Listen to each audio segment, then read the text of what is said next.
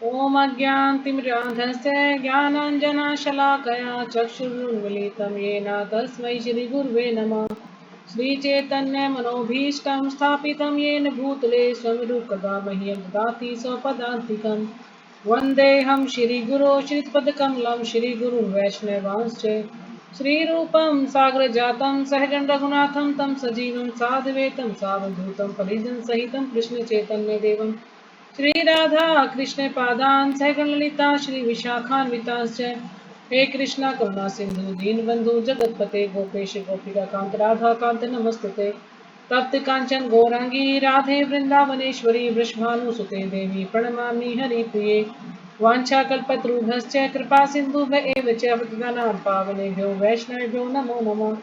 जय श्री कृष्ण चैतन्य प्रभु नित्यानंद श्री अद्वैत गदाधर श्रीवासादि गौर भक्तवृंदा। हरे कृष्णा कृष्णा कृष्णा हरे हरे हरे राम राम राम हरे हरे।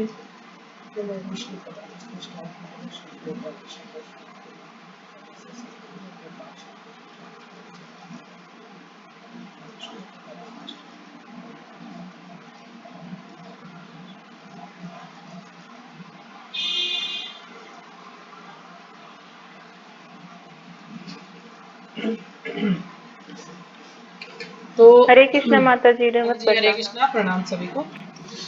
तो कल हमने श्लोका किया था श्लोक संख्या 11 और उससे पहले हमने किया था श्लोक संख्या 10।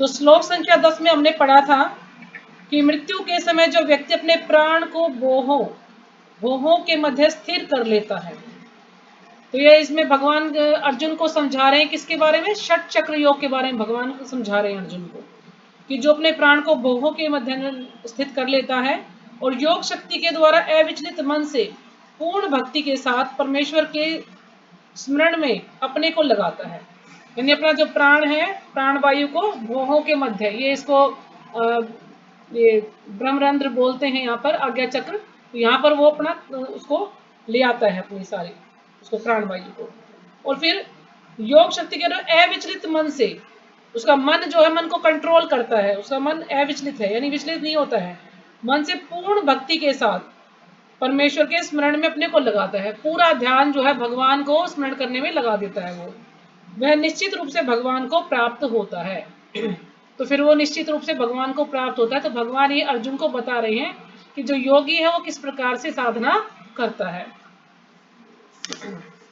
फिर अगला श्लोक था हमने जो कल किया था 11वां श्लोक, तो उसमें फिर वो बताते हैं भगवान अर्जुन को कि जो वेदों का ज्ञाता है।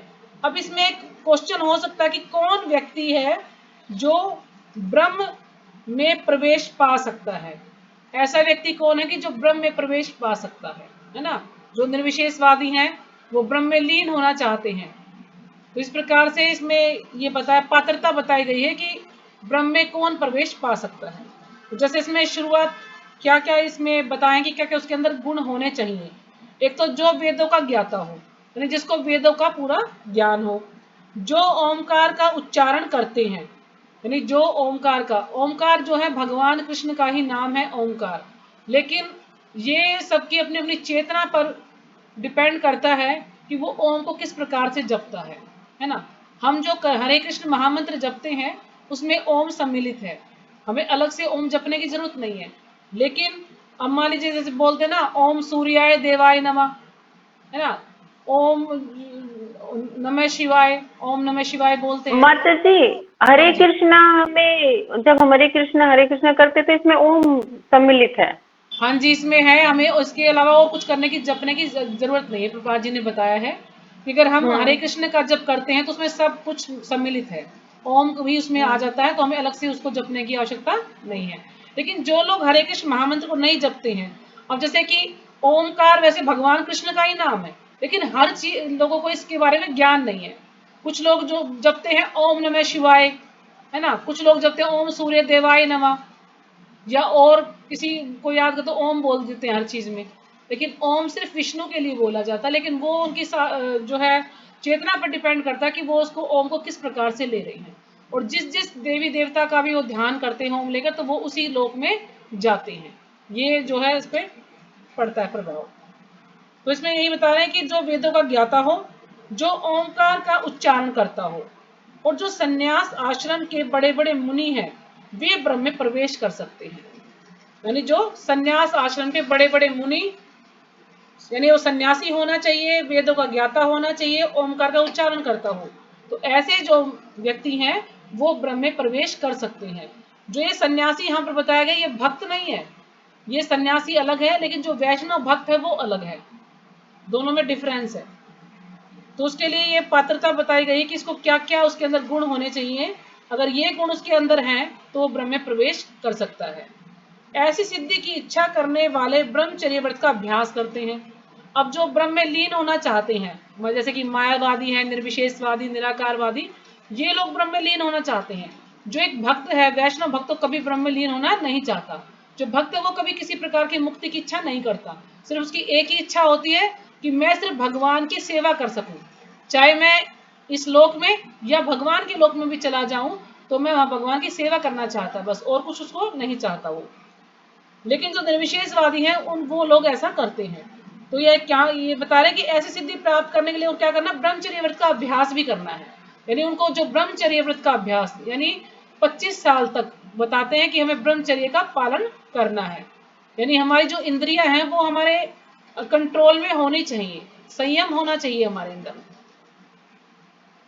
अब मैं तुम्हें वह विधि बतलाऊंगा जिससे कोई भी व्यक्ति मुक्ति लाभ कर सकता है। तो भगवान ने पहले तो ये सारे गुण बताए हैं कि एक जो सन्यासी है, यानी जो कि ब्रह्म में लीन होना चाहता है, उसके अंदर ये गुण होने चाहिए।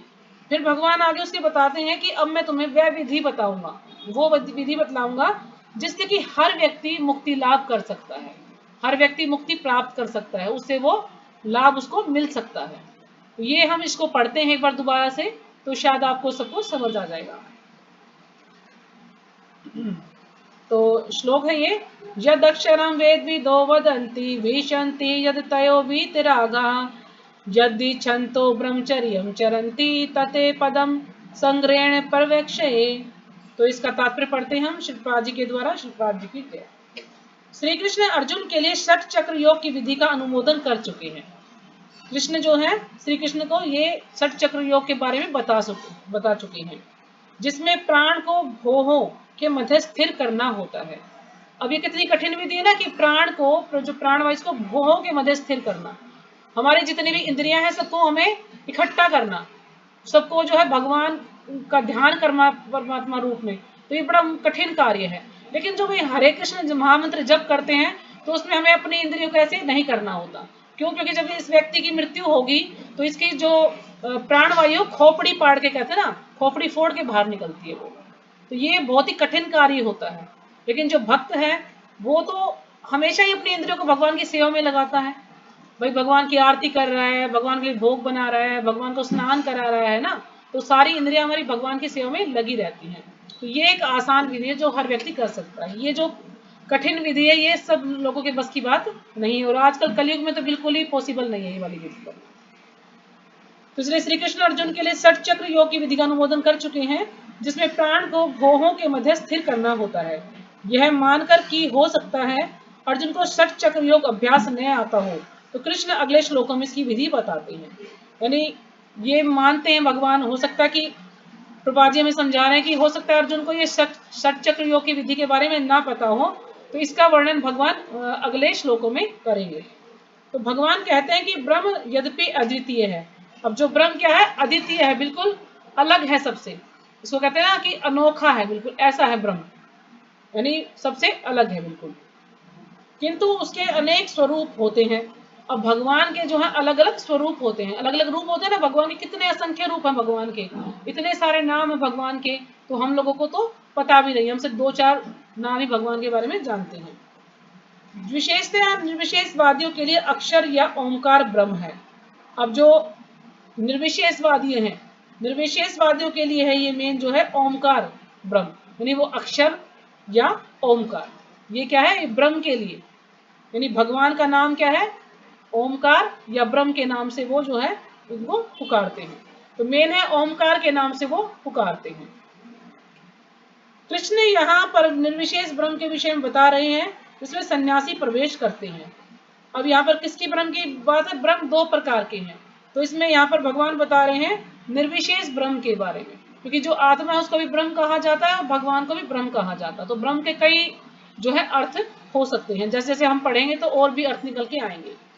तो यहाँ पर जो ब्रह्म की बात हो रही है वो है निर्विशेष ब्रह्म, यानी जो निर्विशेषवादी जिस ब्रह्म में विलीन होना चाहते हैं उस ब्रह्म की यहाँ पर बात हो रही है। ब्रह्म क्या है? भगवान का तेज है ब्रह्म।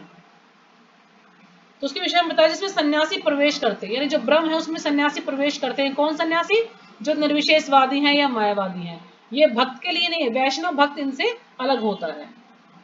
तो ज्ञान की वैदिक पद्धति में छात्रों को प्रारंभ से गुरु के पास रहने से ब्रह्मचर्य व्रत का पालन करते हुए ओमकार का उच्चारण तथा परम निर्विशेष ब्रह्म की शिक्षा दी जाती है।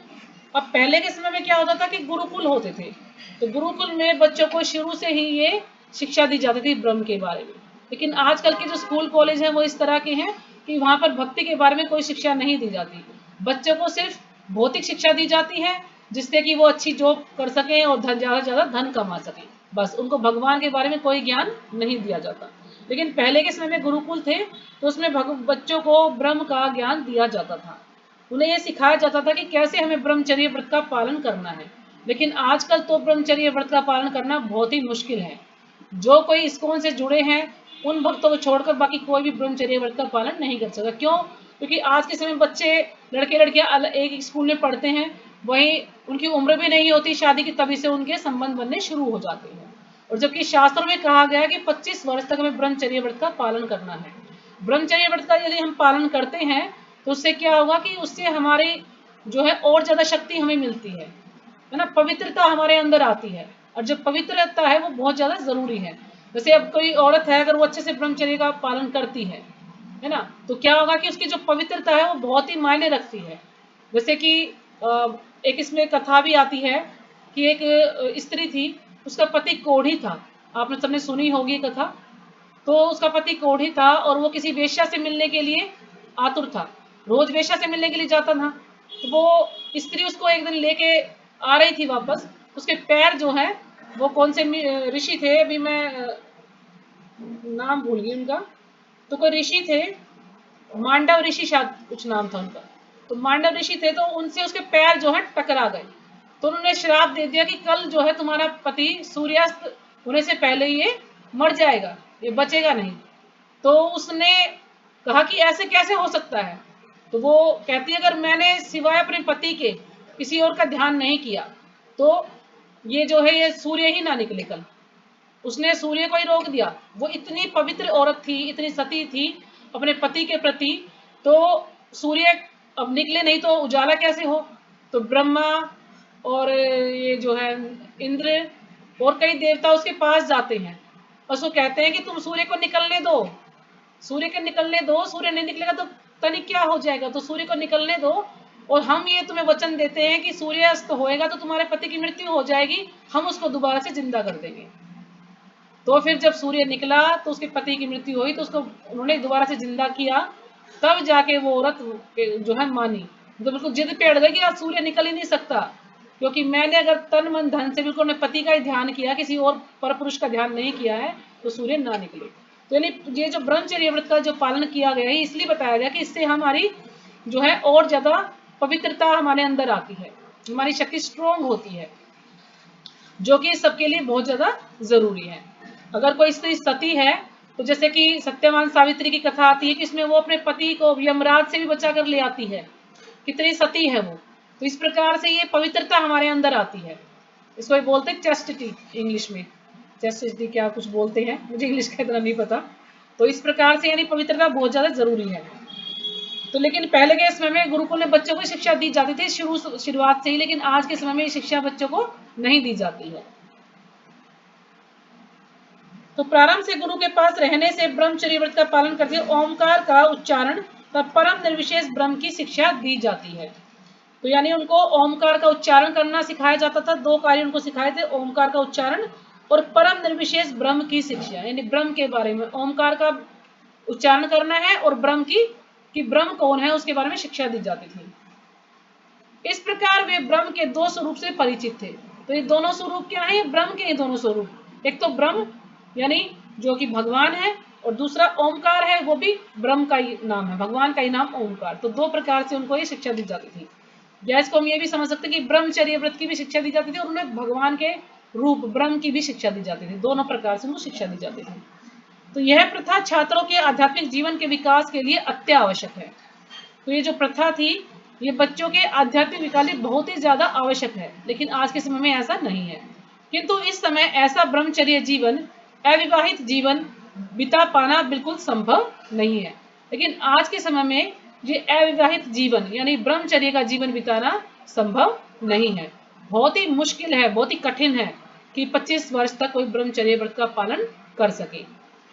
विश्व का सामाजिक ढांचा इतना बदल चुका है कि छात्र जीवन के प्रारंभ से ब्रह्मचर्य जीवन बिताना संभव नहीं है, क्योंकि आजकल का जो सामाजिक ढांचा है, आजकल जो आधुनिक युग है, तो लोग इस प्रकार के हैं, तो वो बहुत ही मुश्किल है उनके लिए ब्रह्मचर्य व्रत का पालन करना।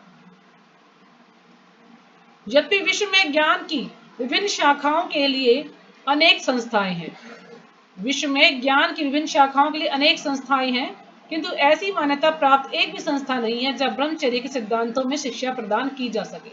कि काफी सारे ऐसे संस्थान है जहां पर ज्ञान दिया जाता है, वेदों का ज्ञान है या भौतिक ज्ञान है, लेकिन ऐसी संस्था कोई भी नहीं है जहां पर ब्रह्मचर्य व्रत का पालन करवाया जाता हो, ब्रह्मचर्य का ज्ञान दिया जाता हो या भगवान के बारे में कोई ज्ञान दिया जाता हो। ब्रह्मचर्य के बिना आध्यात्मिक जीवन में उन्नति कर पाना अत्यंत कठिन है। तो जब तक हम ब्रह्मचर्य का पालन नहीं करेंगे, कहने का अर्थ है कि जब तक हमारी इंद्रियों पर हमारा संयम नहीं होगा, कंट्रोल नहीं होगा, तो भक्ति में हमारी उन्नति होना बहुत मुश्किल है, अत्यंत कठिन है भक्ति में, आध्यात्मिक जगत में उन्नति कर पाना। अतः इस कलयुग के लिए शास्त्रों के आदेशानुसार भगवान चैतन्य ने घोषणा की है कि भगवान कृष्ण के पवित्र नाम हरे कृष्ण कृष्ण कृष्ण हरे राम राम राम हरे हरे के जप के अतिरिक्त परमेश्वर के साक्षात्कार का कोई अन्य उपाय नहीं है। इसलिए चैतन्य महाप्रभु ने हमें शास्त्रों के आदेशानुसार, यानी शास्त्रों में बताया गया है कि हमें क्या करना है कलयुग के लिए, ये जो हरि नाम है हमें इसका उच्चारण करना है, इस महामंत्र का उच्चारण करना है। अब कहने को तो बहुत सारे मंत्र हैं, कुछ लोग बोलते हैं ये हरे कृष्ण महामंत्र क्यों दिया है, तो विष्णु प्रभुपाद जी उदाहरण देते हैं कि जैसे हमें कोई बीमारी है तो हर बीमारी की अलग अलग दवा है ना, कि एक दवा से ही हम सारी बीमारी ठीक हो जाएंगी, नहीं होंगी ना।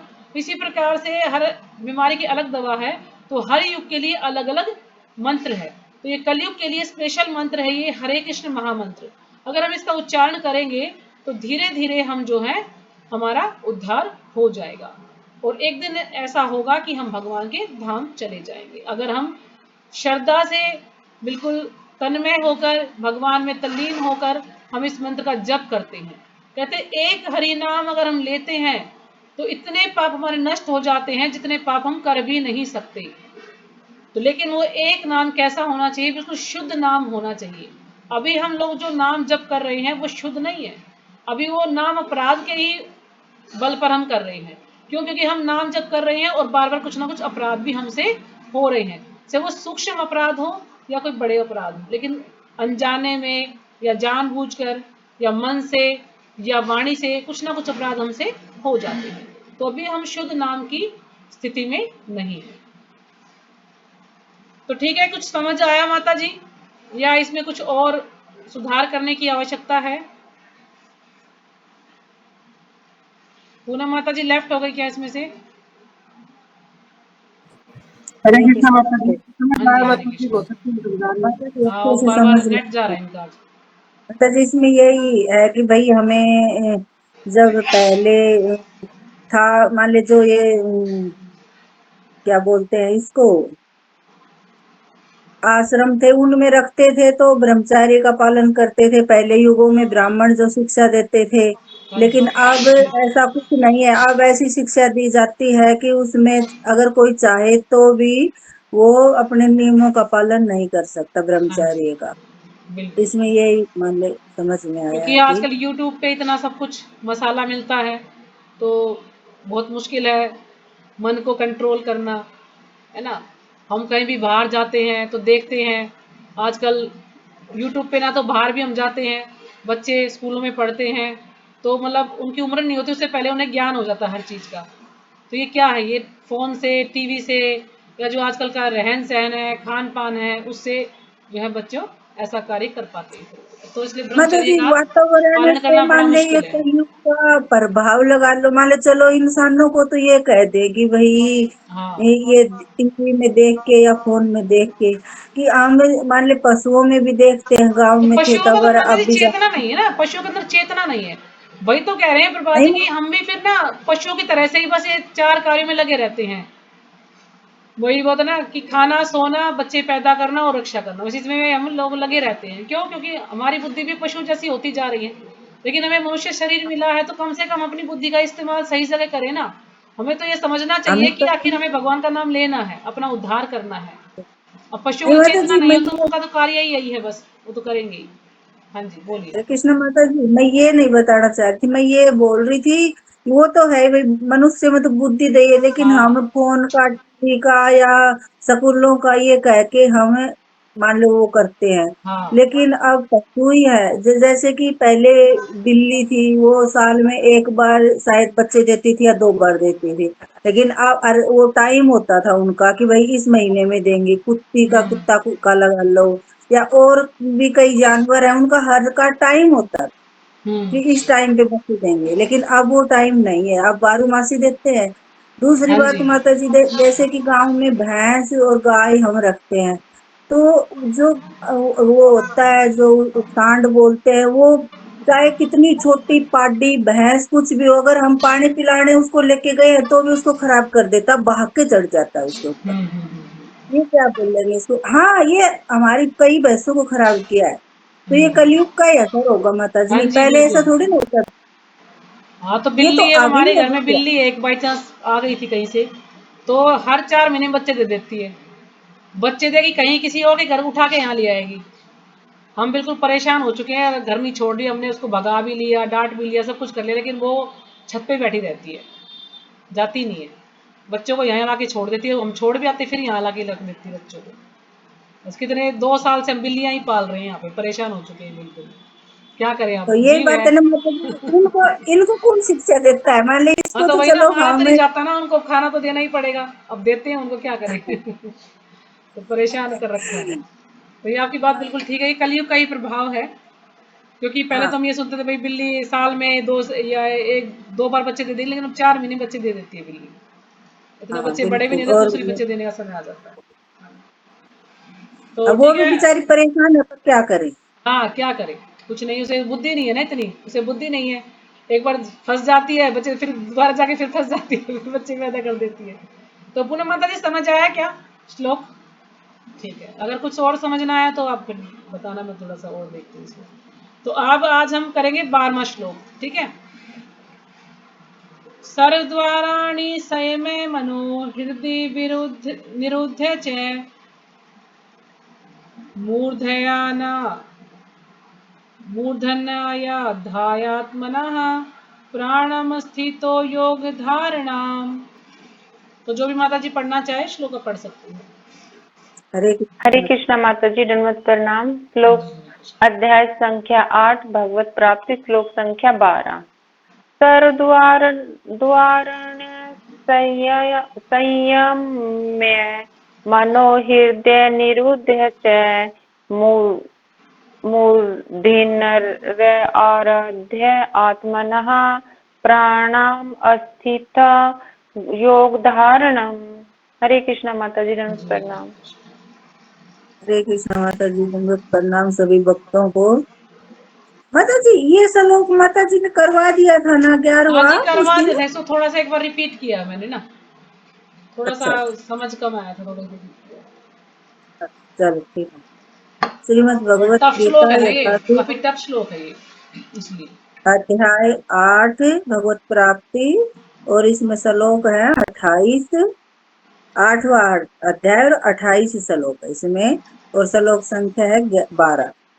सर्वोदाहरणी संशय में मनोहृदय निरुद्धे च मूढ़यार आध्यात्मन प्राणम अस्थितो योग धारणम। हरे कृष्णा सभी हाँ भक्तों जी, के हरे चरणों में कृष्णा, कोई और पढ़ना पवित्र। चाहे? हरे कृष्णा माता हाँ जी, जी, दंडवत हरे कृष्णा, प्रणाम। हाँ जी, प्रणाम माता जी, पढ़िए। भगवद गीता यथारूप अध्याय 8 श्लोक संख्या 12। सर्वधारणी संयम्ये मनोहिते निरुध्य च मूर्ध्यात्मने प्राणम स्थितो योग धारणा में। हरे कृष्ण। हाँ जी, हरे कृष्ण। और कोई पढ़ेगा? शुरू करें। तो शब्दार्थ सर्व द्वाराणी, शरीर के समान, शरीर के समस्त द्वारों को, संयम वश में करके, मनः मन को, हृदय में, निरुध्य बंद कर, च भी मूर्धनि सिर पर, आधाए स्थिर करके, आत्मनः अपने, प्राणम प्राणवायु को, आस्थित स्थित, योग धारणम योग की स्थिति। तो अनुवाद, समस्त इंद्रिय क्रियाओं से विरक्ति को योग की स्थिति कहा जाता है। अब जो जितने भी हमारी इंद्रियां हैं, सबसे क्या है? विरक्ति, सबसे विरक्त होना, सारी इंद्रियों को अपना कंट्रोल करना। तो ऐसी स्थिति क्या होती है? योग की स्थिति कहा जाता है। ऐसी स्थिति को योग की स्थिति कहा, जब हमारी सारी इंद्रियां हमारे वश में होती हैं। इंद्रियों के समस्त द्वारों को बंद करके तथा मन को हृदय में और प्राणवायु के सिर पर केंद्रित करके। अब इंद्रिय के जो समस्त द्वार हैं, हमारे 9 द्वार हैं, 2 आंखें, 2 कान, 2 नथुने, ठीक है ना, और गुदा और उपस्थ, जो मलमूत्र के द्वार हैं। तो इस प्रकार से 9 द्वार हैं जहां से आत्मा निकलती है। तो इन सब द्वारों को बंद करके बिल्कुल, और मन को हृदय में, और जो मन है उसको हमें हृदय में लगाना है, मतलब हमें परमात्मा का ध्यान करना अपने हृदय में, यानी मन को हमें उधर लगाना है। और प्राणवायु को सिर पर केंद्रित करके, और जो प्राणवायु को बिल्कुल यहाँ पर सिर पर केंद्रित करके, अपने मनुष्य अपने को योग में स्थापित करता है। तो जो मनुष्य है अपने को योग में स्थापित करता है। योग में स्थापित यानी वो भगवान से बिल्कुल एकाकार हो जाता है, भगवान से अपने आप को जोड़ देता है, यानी अपनी सारी इंद्रियों को इकट्ठा करके और बिल्कुल अपना मन जो है बिल्कुल स्थिर करता है भगवान पर, भगवान के चिंतन में अपने मन को स्थिर कर लेता है। तो ऐसा जो क्या है, वो अपने को योग में स्थित करता है। ऐसा व्यक्ति योगी होता है। तो तात्पर्य श्रीपाद जी के द्वारा, श्रीपाद जी की जय। इस श्लोक में बताई गई विधि से योगाभ्यास के लिए सबसे पहले इंद्रिय भोग के सारे द्वार बंद करने होते हैं। तो यहाँ प्रपाद जी हमें समझा रहे हैं कि इस विधि के द्वारा, जो किसकी विधि के बारे में बात कर रहे हैं हम? षट चक्र योग के बारे में हमारा जो चल रहा है श्लोक कई दिन से। तो हमें उसके बारे में क्या करना है कि जितने भी हमारे द्वार हैं, यानी 9 द्वार बताए गए हैं, हम सब उसको पूरे द्वारों को बंद करना है। यह प्रत्याहार अथवा इंद्रिय विषयों से इंद्रियों को हटाना कहलाता है। तो जो ये विधि है इसको क्या कहते हैं? प्रत्याहार। प्रत्याहार या ना जो हमारी इंद्रिय है उनको कंट्रोल करना, जो इनके इंद्रिय विषय हैं उनसे उनको हटाना। जैसे आंखों का विषय है देखना, जीभ का विषय है स्वाद लेना, कानों का विषय सुनना। तो इनके जो विषय हैं उनसे हमें इनको हटाना है और इनको अपने वश में करना है। इसमें ज्ञानेंद्रियों नेत्र, कान, नाक, जीभ तथा स्पर्श को पूर्णतः वश में करके उन्हें इंद्रिय तृप्ति से में लिप्त होने नहीं दिया जाता है ना। तो यहाँ पे बताया ना कि अपनी जो हमारी ज्ञानेंद्रियां हैं उनको क्या करना है? पूरी तरह से वश में करना है, और उनके इंद्रिय तृप्ति में लिप्त होने से हमें जो है नहीं दिया जाता, यानी उनको इंद्रिय तृप्ति नहीं करने दी जाती, उनको बिल्कुल अपने वश में रखना हमें। इस प्रकार मन हृदय में स्थित परमात्मा पर केंद्रित होता है। जब हमारी इंद्रिय हमारे कंट्रोल में होंगी, वश में होंगी, तो हमारा मन जो है, जो हमारे हृदय में जो परमात्मा है, उस पर हम उसका ध्यान लगा पाएंगे, उसका चिंतन कर पाएंगे अपनी इंद्रियों को वश में करके।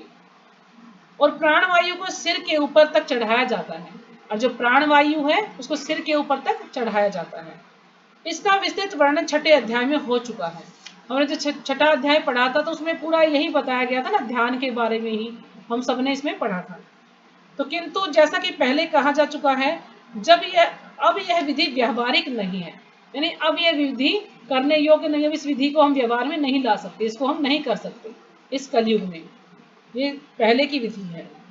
सबसे उत्तम विधि तो कृष्ण भानामृत है। तो प्रभुपाद जी हमें बता रहे हैं कि सबसे उत्तम विधि कौन सी है? कृष्ण भानामृत। बस हमें कृष्ण भानामृत में जुड़े, हरे कृष्ण महामंत्र करें, और कुछ भी करने की आवश्यकता नहीं हमें।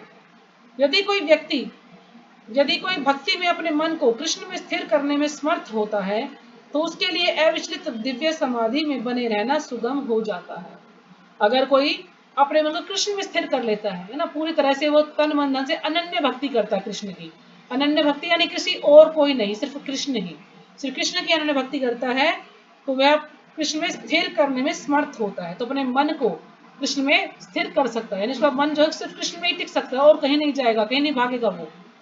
तो उसके लिए अविचलित दिव्य समाधि में बने रहना सुगम हो जाएगा। जो अविचलित समाधि है, यानी जो कृष्ण में जो हमारा ध्यान है, उसमें अगर हम लगाते हैं तो ये बिल्कुल हमारे लिए आसान हो जाएगा। किस प्रकार से? यदि हम कृष्ण भावनामृत में अपने आप को लगाते हैं तो कृष्ण भावनामृत क्या है कि हमारी सारी इंद्रियां भगवान की सेवा में लगी रहती हैं। तो हमें अलग से उनको कंट्रोल करने के लिए प्रयास नहीं करना है। क्यों? क्योंकि हम कृष्ण प्रसाद ही लेंगे तो हमारी जिव्या हमारे कंट्रोल में होगी। हम कृष्ण की कथाओं को सुनेंगे, है ना, कृष्ण के विग्रह के दर्शन करेंगे, कृष्ण के विग्रह की सेवा करेंगे, उन्हें स्नान कराएंगे, उन्हें वस्त्र पहनाएंगे, उन्हें अच्छे अच्छे आभूषण पहनाएंगे, है ना, सजाएंगे उनको। तो इस प्रकार से हमारी जितनी भी इंद्रियां सारी भगवान की सेवा में लगी हुई हैं। मंदिर में जाएंगे, हर हफ्ते जाएंगे या कोई डेली जा सकता है, जैसे भी जिसके लिए परिस्थिति हो। तो इस प्रकार से हम 24 घंटे भगवान की सेवा में लगे रहेंगे, तो धीरे धीरे क्या होगा कि हमारी इंद्रियां अपने वश में हो जाएंगी, हमारे वश में। लेकिन जबरदस्ती उनको वश में करना बड़ा मुश्किल है, जैसे योगी करते हैं। और जरूरी नहीं कि योगी इस विधि से वो सक्सेसफुल होते हैं, पर वो पतित भी हो सकते हैं, है ना, ध्यान थोड़ा सा भी इधर उधर हुआ तो भटक सकते हैं। लेकिन जो कृष्ण भावनामृत की जो ये विधि है, इससे हमारी इंद्रियां 24 घंटे हमारे जो भगवान की सेवा में लगी रहती हैं। तो ये विधि सबसे आसान है, हम इसको अच्छे व्यवहार में ला सकते हैं। ये व्यवहारिक विधि है, इसको हम अच्छे से कर सकते हैं, तो हमें इसी में लगना चाहिए। तो ठीक है, 10 मिनट और है, अगला श्लोक और पढ़ लेते हैं हम, छोटा सा ही है। ओमित्येकाक्षरं ब्रह्म व्याहरन् माम अनुस्मरणः यह प्रियाति त्यजन् देहं स याति परमां गतिम्। तो शब्दार्थ, ओम ओमकार, इति इस तरह, एक अक्षरम एक अक्षर, ब्रह्म पर ब्रह्म का, व्याहरण उच्चारण करते हुए, मां मुझको कृष्ण को, अनुस्मरण स्मरण करते हुए, यह जो प्रियाति जाता है, त्यजन छोड़ते हुए, देहम इस शरीर को, सह वह जाति प्राप्त करता है, परमाम परम गतिम गंतव्य या लक्ष्य को। तो अनुवाद, इस योग अभ्यास में स्थित होकर तो अक्षरों के परम संयोग यानी ओमकार का उच्चारण करते हुए यदि कोई भगवान का चिंतन करता है। अब ये योगाभ्यास में जो कि भगवान ने भी बताया ना कि कैसे हमने अपनी इंद्रियों को कंट्रोल करना है। अगर कोई व्यक्ति इस योग अभ्यास में स्थित हो जाता है और अक्षरों के परम संयोग, अक्षरों जो कि अक्षर हैं, कौन सा अक्षर है? ओमकार। अक्षरों के परम संयोग यानी ओमकार का उच्चारण करते हुए यदि कोई भगवान का चिंतन करता है। ओमकार का उच्चारण करते हैं हम, लेकिन हमें ये पता कि ओमकार किसके लिए? विष्णु के लिए। अब कोई ओमकार का उच्चारण करता है, ओम नमः शिवाय, ओम सूर्याय देवाय नमः, ओम गणपते नमः, तो वो फिर उसका ध्यान उसी देवता में स्थिर हो जाएगा। तो हमें ओम का उच्चारण करते हुए यदि कृष्ण का हम चिंतन करता है, कोई भी योगी अगर कृष्ण का चिंतन करता है ओमकार का उच्चारण करते हुए और अपने शरीर का त्याग करता है, मतलब अपने शरीर का त्याग करता है और उसमें वो इस प्रकार से भगवान का ध्यान करता है ओमकार बोल करके, तो वह निश्चित रूप से आध्यात्मिक लोकों को जाता है। इसमें कोई भी संदेह नहीं है, वो निश्चित रूप से आध्यात्मिक लोकों को जाएगा अगर वो ओमकार का उच्चारण करता है भगवान का ध्यान करके, ना कि शिव जी का या किसी देवी देवता का ध्यान करके। तो आध्यात्मिक लोकों को जाएगा वो, लेकिन वहां पर एक कारण है कि वो लोगों को, आध्यात्मिक लोगों को जाएगा, लेकिन वहां वो भगवान की सेवा नहीं कर पाएगा। क्यों? क्योंकि वो भक्त नहीं है, वो योगी है, ध्यान योग से वो जा रहा है, तो वो उच्च लोक तो उसको मिलेगा, लेकिन वहां पर भगवान की सेवा उसको नहीं मिलेगी। ये इसमें फर्क होता है थोड़ा सा। तो तात्पर्य श्रीपाद जी के द्वारा, श्रीपाद जी की जय। यहाँ स्पष्ट उल्लेख हुआ है कि ओम, ब्रह्म तथा भगवान कृष्ण परस्पर भिन्न नहीं है, यानी जे हम ओम समझे या हम ब्रह्म समझे, हम या भगवान समझे। हमने पहले भी कई बार डिस्कस किया, भगवान 3 रूपों में होते हैं ना, ब्रह्म, परमात्मा और भगवान। तो किसी भी रूप में हम भगवान का ध्यान करते हैं तो वो भिन्न नहीं, यानी अलग नहीं है, क्योंकि भगवान से तीनों भगवान के ही नाम है। लेकिन इससे ये देखते कि हमारी चेतना कैसी है, हम ब्रह्म में लीन होना चाहते हैं या हम परमात्मा का ध्यान करना चाहिए, या सिर्फ हम जो परम ब्रह्म है, जो कि परम पुरुषोत्तम भगवान कृष्ण है, उसका ध्यान करते हैं। तो ये हमारी चेतना पर डिपेंड करता है। तो ओम कृष्ण की निर्विशेष ध्वनि है। तो ओम क्या है? कृष्ण की निर्विशेष ध्वनि है, यानी जिसको ये जो निर्विशेषवादी हैं जपते हैं। लेकिन हरे कृष्ण में यह ओम सन्निहित है।